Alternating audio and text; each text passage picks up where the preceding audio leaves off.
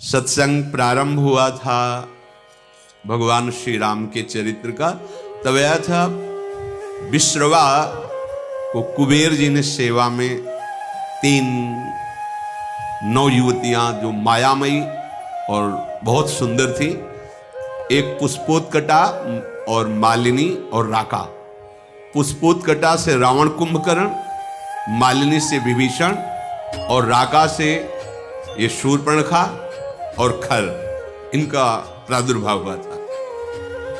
विश्रवा जी पुलस्त्य जी के ही अंश से प्रकट हुए थे। उत्तम ब्रह्म ऋषि हैं जो ब्रह्मा जी के मानस पुत्र कहे गए हैं, पर क्रोध भाव से कुबेर जी के साथ द्वेष करते थे। प्रारंभ में सुना था उस भाव का प्रभाव हुआ कि माता राक्षसी कुल की थी, तो ये राक्षस स्वभाव वाले प्रकट हुए। पर बड़ी विचित्र लीला, उनमें से विभीषण जी भगवान के परम भक्त, तो ये बहन ही हुई, पिता एक ही है और माता अलग अलग है। ये घूम रही थी, पता नहीं कौन सा सौभाग्य भगवान पर इसकी दृष्टि पड़ी और मोहित हो गई। यद्यपि ये बड़ी भयावनी और राक्षसी स्वभाव की, उसने देखा भगवान श्री राम को तो हृदय में विकलता हो गई। ऐसा सुंदर रूप, अपने को रोक नहीं पाई। प्रणाम है भैया, भगवान के रूप में कौन नहीं मोहित हो जाएगा, प्रणाम है। पर भाव कुछ दूसरा है इसका, और आंतरिक। जैसे प्रेम तो गोपी जनों ने भी किया और प्रेम मथुरा की कुब्जा ने भी किया, पर जय जयकार कुब्जा की नहीं, गोपी जनों की भी। श्री कृष्ण सुखार्थ निष्काम प्रेम गोपी जनों के हृदय में है। और थोड़ा तो इसलिए श्री शुकाचार्य जी ने तो उसके लिए दुर्भगा शब्द का भी प्रयोग किया है, कुब्जा के लिए। गोपी जनों की चरण रज तो बड़े बड़े महापुरुष बंधन करते हैं। प्रभु के रूप को देखकर एक कामाशक्त हो गई, वैसे फिर भी प्रणाम करने लगा योग्य है। कोई ऐसा है ही नहीं जब काम स्वयं काम से युक्त हो जाए। प्रभु को देख के कोटि काम के मन को मोहित करने वाले प्रभु का रूप है, पर कुछ भाव कुछ दूसरा है। इसके पति का नाम विद्युत जुहा है। ये काल के राक्षस का प्रधानमंत्री है। रावण ने जब आक्रमण किया तो विद्युत जुहा ने, प्रधानमंत्री था, उसने कहा कि तुम्हारी जो ये इच्छा है कि संपूर्ण ऋषि मुनियों को नष्ट किया जाए और राक्षसी राज्य हो, इसमें हम सहयोग नहीं करेंगे। ये शूर्पणखा का पति था विद्युत जुहा। उसकी कोई आज्ञा को उल्लंघन कर दे बर्दाश्त नहीं था, तो रावण ने मार डाला था उसी दिन। अब जब पति को भी मार डाला तो उसके आगे किसका बस क्या है। तो रही थी अपने भाई खर के समीप ही पंचवटी में, पर सोच रही थी कभी ऐसा अवसर आएगा तो तेरा विनाश मेरे द्वारा ही होगा। तूने मेरे पति को मारा। वो राक्षस तो था विद्युत जुहा, पर धर्मयुक्त था। वो कहता ऐसा नहीं, आप ऋषि मुनियों को मारे, राक्षस राज साबित करें, इस पे हम आपका सहयोग नहीं करेंगे। तो मार डाला उसने, क्योंकि जो अपने स्वार्थ में अंधे होते वो रिश्ते नातों का सम्मान नहीं करते। अब ये स्त्री शरीर में थी तो राक्षसी, पर मन मारे बैठी थी कि कोई हमें ऐसा अखर दूषण तीसरा, ये सब अनुगामी थे रावण के, रावण की आज्ञा पे चलते थे। तो सोचा कि अगर इनसे भी जरा बोलेंगे तो हमें मार डालेंगे। रावण का विरोध कोई कर दे ऐसा है ही नहीं। त्रिभुवन में कोई नहीं था कि उसके खिलाफ कोई बोल सके। अंदर ही अंदर सोच रही कभी तो अवसर मिलेगा, जीवन व्यतीत करूंगी, लेकिन जिस दिन अवसर मिलेगा इसका नाश करवाऊंगी। आज अजान बाहु भगवान को देखकर उसको और सुना था कि इन्होंने ही सुबाहु आदि काम मारीच को एक बाण मारा था तो बिना फण का 400 कोस दूर गिरा था, 100 योजन दूर गिरा था। ताड़का का वध किया, विराध का वध किया। उसको पता था, समझ गई कि कोई साधारण बलि ताड़का को नहीं मार सकता था, सुबाहु को नहीं मार सकता था, विराध को नहीं मार सकता था। इसका मतलब ये महाबली है। एक बार इनसे मिलके देखती है। तो प्रभु से कह रही तुम सम पुरुष, क्योंकि आपने भी निश्चय किया है निश्चरहीन मह करूं भुज उठाए प्रणकीन। मेरा भी आंतरिक निश्चय है कि इसको बर्बाद करके छोड़ूंगी, जिसने हमारे सुहाग को उजाड़ा है। पर बोल नहीं सकती थी। सुंदर रूप धारण किया और भगवान के सामने गई और मुस्कुरा कर बोली, तुम सम पुरुष नमो सम नारी, यह संजोग विधि रचा बिचारी।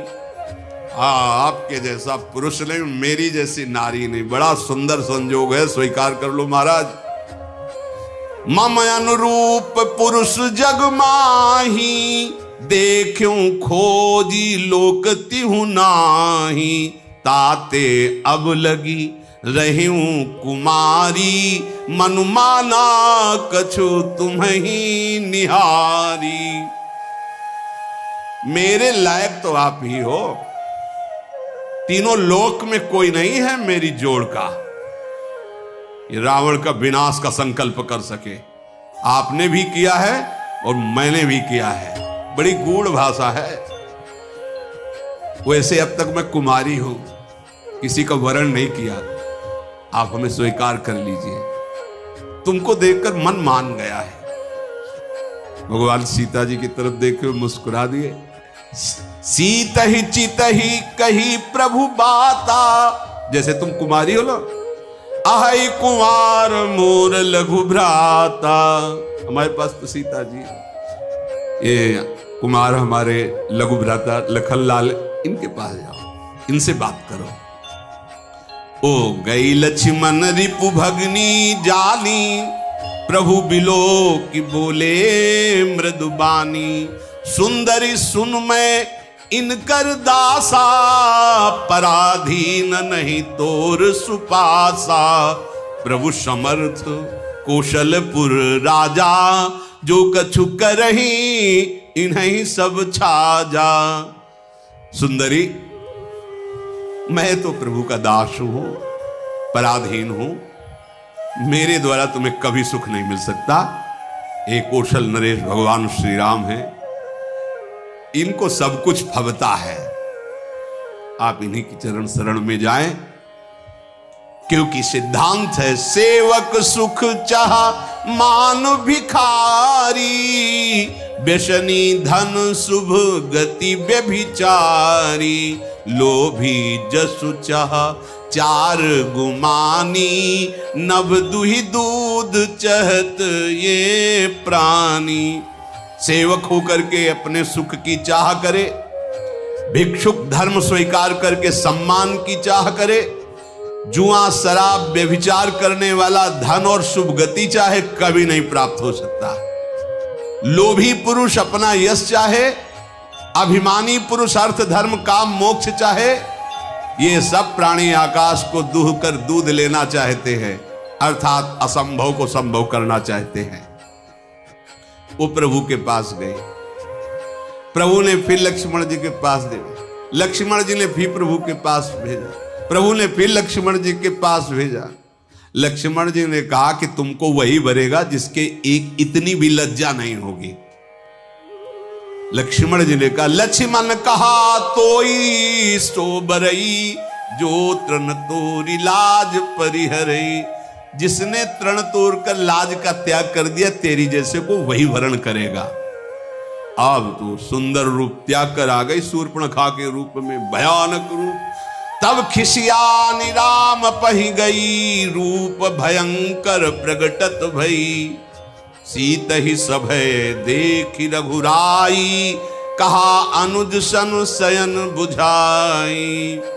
सीता जी को भयभीत देखकर भगवान ने पीछे किया सीता जी को, लक्ष्मण से कहा हिसाब कर दो इसका, नाक कान काट दिए। लक्ष्मण तिलाघों सो नाक कान बिन कीन, ताके कर रावण को मनो चुनौती दिन।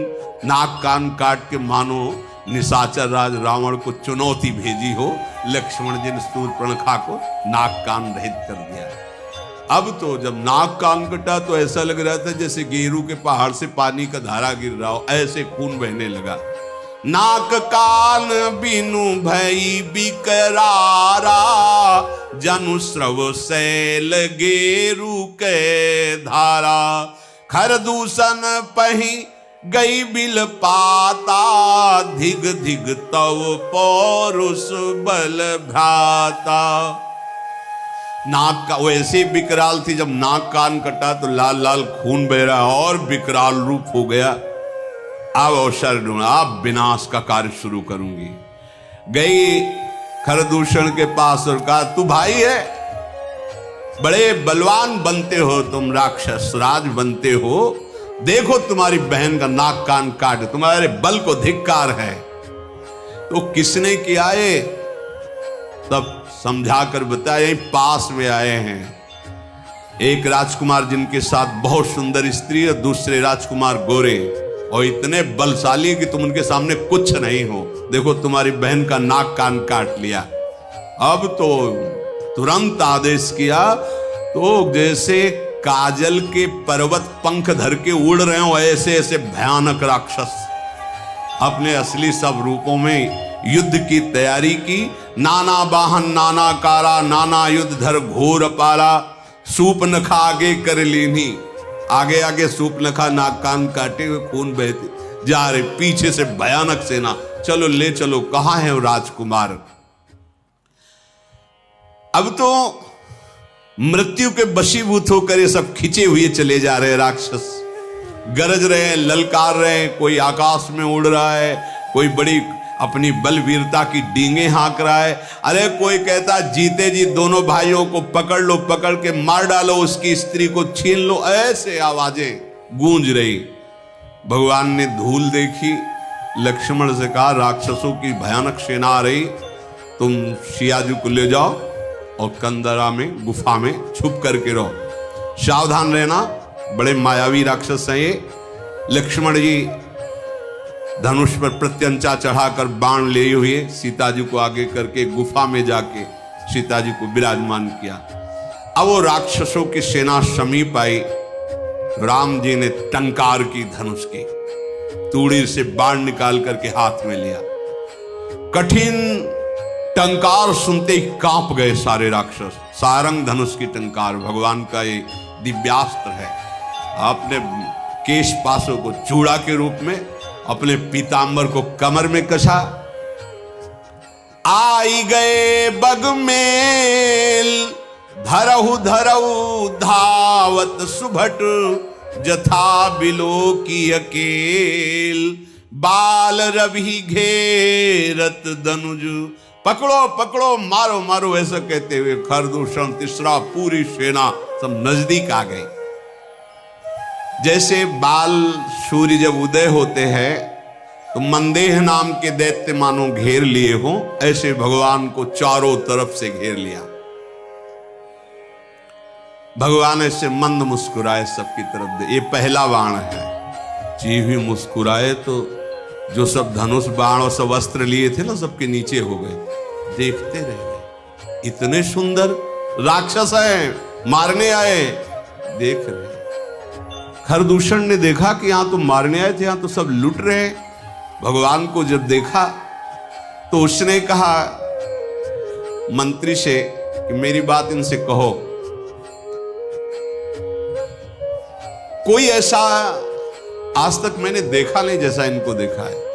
नाग असुर सुर नर मुनि जेते, देखे जीते हते हम केते, पर हम भरी जन्म सुनो सब भाई, देखी नहीं है सुंदरता। इतना सुंदर रूप तो हमने कहीं नहीं देखा। सुनो, यद्यपि इन्होंने हमारी बहन को कुरूप किया, पर इनको मारेंगे नहीं, बहुत सुंदर है। देखो ये बात, भगवान के रूप को देखकर घोर निशाचरों के हृदय में भी प्रेम का स्फुरण हो रहा है। यद्यपि भगिनी कीन कुरूपा, बधलायक नहीं पुरुष अनुपा। जाओ अच्छा इनसे कह दो अपनी पत्नी को जो छुपा के रखा है हमें दे दो, हमारा बदला हो जाएगा। तुमने हमारी बहन के नाक कान काटे, तुम अपनी पत्नी, और जाओ आराम से, निर्भय हो जाओ, तुम्हें कोई नहीं मारेगा, तुम बहुत सुंदर हो। मंत्री से कहा जाके कह दो, मेरा कथन जाके उनको सुनाओ। दूत ने जाके भगवान श्री राम जी से कहा तो भगवान मुस्कुरा करके बोले, देखो तुम जानते नहीं हो हम क्षत्रिय राजकुमार हैं, तुम्हारे जैसे पशुओं का वध करना हमारा शिकार खेलना होता है। हम क्षत्रिय मृगया बन करही, तुमसे खल मृग खोजत फिरही। तुम्हारे जैसे राक्षसों का वध करना हमारा स्वभाव है, और तुम जहां लड़ना चाहिए वहां हमें सलाह देने आए हो। अरे तुम जानते नहीं, तुम हमें बालक मत समझो। काल भी हमारे सामने खड़ा हो जाए तो हम उससे पराजित होने वाले नहीं हैं। दैत्य कुल का नाश करना और मुनियों की रक्षा करना यह मेरा संकल्प है। तुम्हें हम बालक दिखाई दे रहे हैं, लेकिन दुष्टों को दंड देने के लिए संग्राम में आज तक कभी पीठ दिखाया हो रघुवंशियों ने, ऐसा प्रमाण नहीं मिला। और उसी वंश का मैं हूं। जाओ अपने स्वामी से कह दो, रण में ये मित्रता और कपट और चतुराई की बातें नहीं करते, युद्ध करना चाहिए। अगर तुम्हारे में सामर्थ्य नहीं तो भाग जाओ यहां से, अगर सामर्थ्य है तो युद्ध करो, ये सलाहें मत भेजो। ये जो ही बात कही तो जल गया खरदूषण। हमने तो इस पर दया की, ऐसा कटु भाषण करता है, तुरंत इसको मार डालो। अब योद्धा बाण धनुष तोमर शक्ति बर्छी कृपाण परिक कटार फरसा ये सब लेके राक्षस दौड़ पड़े, बड़े भयानक। सावधान होई धाये जान सबल आराती, लागे बरसन राम पर अस्त्र शस्त्र बहुभांति। तिनके आयुध तिलसम करि काटे रघुबीर, तानि सरासन श्रवण लगी पुनि छाड़े निज तीर। भगवान ने अपने दिव्यास्त्र के द्वारा जितने राक्षसों के अस्त्र थे सबको काट दिया, और बहुत खींच करके जोर से बाण का संधान करके, बाण ऐसे फुफकारते हुए अमोघ बाण भगवान के हैं। कोई ऐसा नहीं बच रहा जो सामने खड़ा हो सके। कुछ कटते जा रहे हैं कई कई जगह से। जब बड़े बड़े निशाचर देखते भागना शुरू किया सामने से। जब भाग रहे तो खरदूषण लौट करके आवाज दिया, अगर कोई आप पीठ दिखाकर भागा तो मैं उसे मारूंगा। युद्ध में अकेले हैं और इनसे सब पीठ दिखा के आज तक न जाने कितने वीरों को मार के खा गए, मुनियों को खा गए, ये भी मुनि वेश में। इनको तुम पीठ दिखा रहे हो। कुपित जान करके कि हमारा जब स्वामी ही कुपित, फिर लौटे आए। प्रभु कितनी शीघ्र बाण चढ़ाते हैं, संधान करते हैं, किसी को पता भी नहीं चलता। किसी की छाती, किसी का सिर, किसी का भुजा, किसी का हाथ पैर कट कट करके गिरने लगे। पहाड़ के समान राक्षस, तो वहां रक्त की धारा बह रही है। हाहाकार मच गया।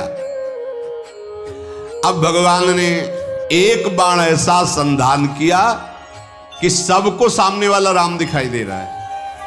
वो पूरी भीड़ में राक्षसों की एक बाण सम्मोहन ऐसा कि सामने वाला राम, वो उसको काट रहा, उसको वो राम दिखाई दे रहे, वो उसको आप सही में राम राम कही तनु तजहि पावहि पद निर्बाण, करि उपाय रिपु मारे छन मह कृपा निधान। ये राम, वो ये राम।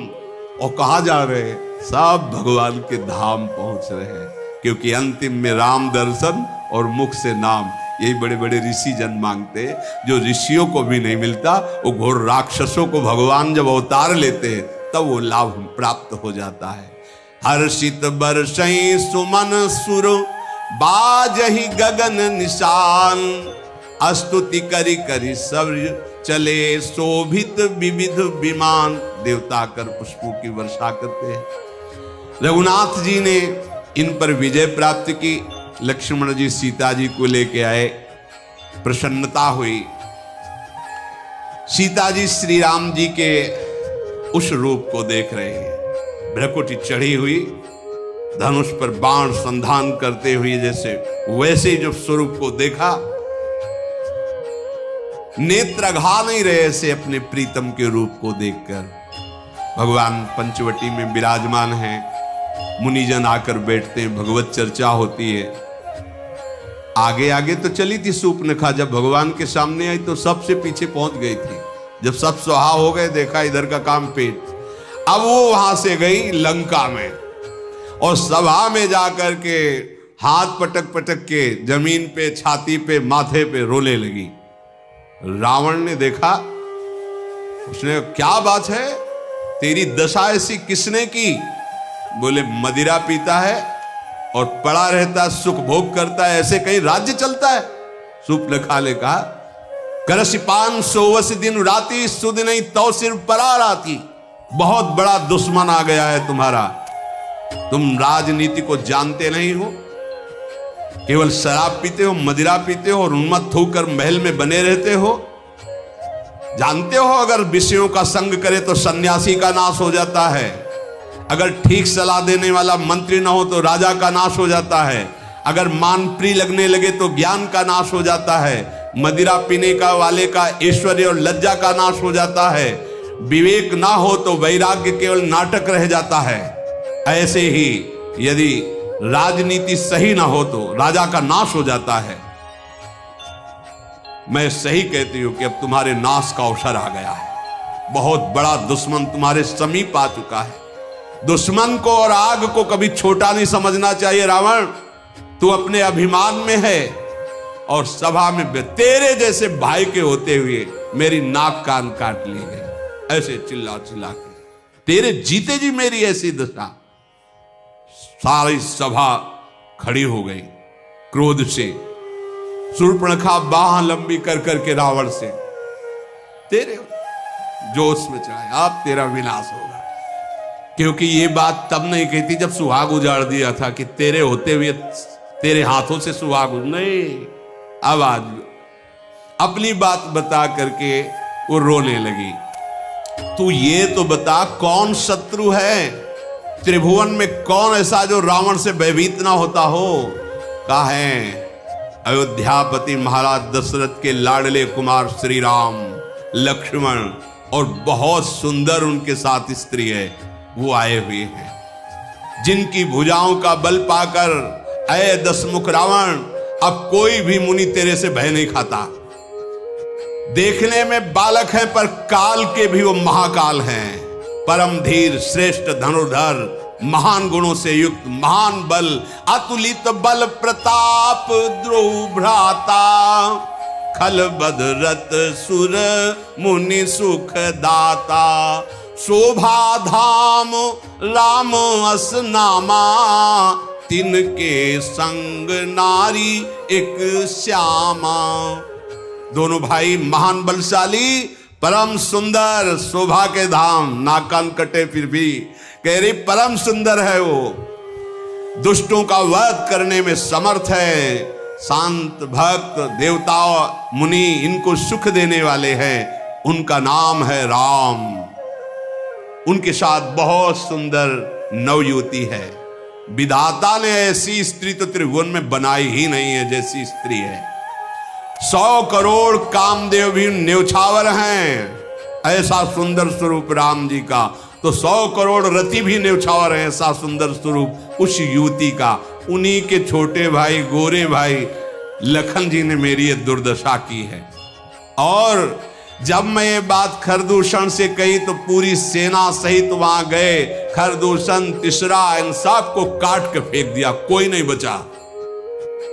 शूर्पणखा की बात सुनकर रावण के माथे पे पसीना आ गया। उसने कहा कि सुर नर असुर नाग खगमाही, मोरे अनुचर कहां को नाही, खरदूषण मोहिसम बलवंता, मार सके को बिनु भगवंता। ऐसा कैसे हो सकता है?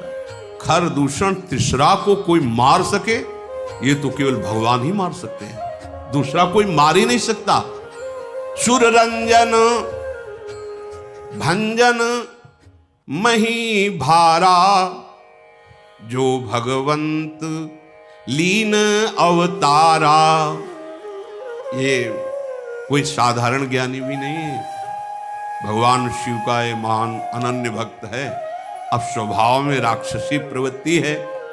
विचार किया उसने कि खरदूषण, तीसरा, इनको तो भगवान ही मार सकते हैं, और मैंने सुन रखा है ऋषियों से कि भगवान का अवतार होगा जो अपने भक्तों के मन को सुख देने वाले हैं। आह, जो संसार के भार का हरण करने वाले हैं, उन्हीं भगवान का अवतार, तो क्या उन्हीं भगवान का अवतार हो गया? यदि वो भगवान हैं तो मैं जाई बैर हठी करऊं प्रभु सर प्राण तजे भौतरऊं। अगर भगवान है तो मैं उनसे बैर भाव की उपासना करूंगा, ऐसा दृढ़ बैर करूंगा कि उनके अमोघ बाण से परम पद को प्राप्त होऊंगा, क्योंकि मैं जानता हूं मेरे से भजन तो होगा नहीं। हो ही भजन न तामस देहा मन क्रम बचन मंत्र दृढ़। मैं राक्षसी स्वभाव का हूं, मेरे से भजन नहीं होगा, पर मैं बैर करूंगा, पर दृढ़ बैर करूंगा। इनके सिवा किसी और का चिंतन न हो, ऐसी दुश्मनी इनसे ठानूंगा। भक्ति से तो भजन होने वाला नहीं इनसे, पर इनका मैं ऐसा चिंतन करूंगा बैर भाव से। अंतिम समय तक इसका निर्वाह किया रावण ने। कहां राम रन हतो प्रचारी। अगर कहीं राजकुमार हैं तो अभी मजा चखाता हूं, अगर कहीं भगवान हैं तो दृढ़ वैर करूंगा, इनके बाणों से मैं परम धाम को जाऊंगा।